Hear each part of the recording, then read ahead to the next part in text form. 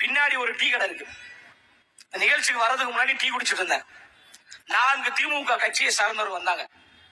பேக்கெட்ல ஸ்டாலின் அவருடைய புகைப்படம் பார்க்கும்போதே நமக்கு காண்டாச்சுதான். நான் அவனை பார்த்து முறைக்க, அவன் என்ன பார்த்து முறைப்பேன்னு பார்த்தா சிரிக்கிறான். வந்துட்டு, தலைவா நல்லா பேசுறீங்க மேடையில, ரொம்ப மகிழ்ச்சிங்க பண்ணாப்புல. சரிங்க, ரொம்ப சந்தோஷம்.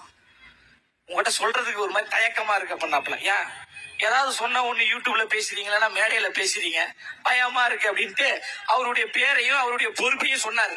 என்ன சொன்னாருன்னா, எங்க வீட்டுல 7 ஓட்டு இருக்கு, அதுல நான் திமுக பொறுப்புல இருக்கிறதுனால வேற வழி இல்லாம உதயசூரியனுக்கு போட்டுறேன்.